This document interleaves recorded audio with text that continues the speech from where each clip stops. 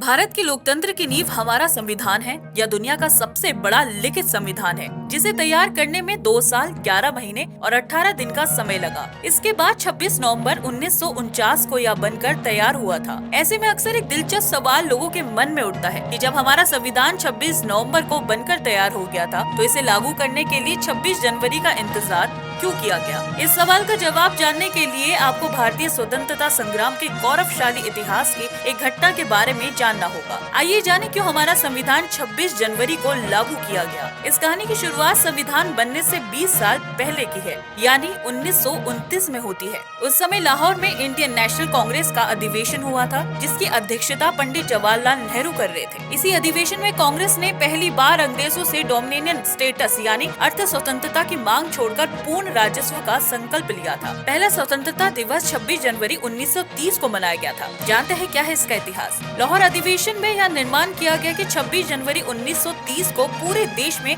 स्वतंत्रता दिवस के रूप में मनाया जाएगा। उस दिन भारतीयों ने पहली बार तिरंगा फहराया और अंग्रेजों की गुलामी से आजाद होने की शपथ ली। 1930 से लेकर 1947 तक हर साल 26 जनवरी को ही भारत के प्रतीकात्मक स्वतंत्रता दिवस के रूप में मनाया जाता है। 15 अगस्त और 26 जनवरी का कोऑर्डिनेशन क्या है, आइए जानते हैं।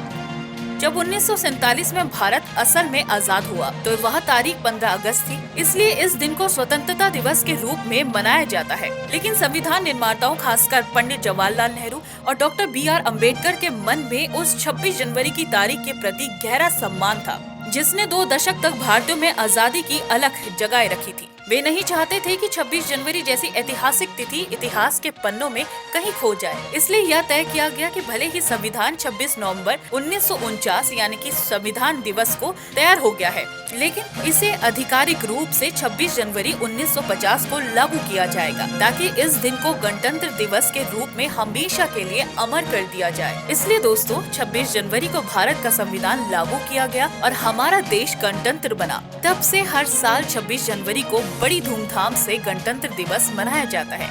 जय हिंद।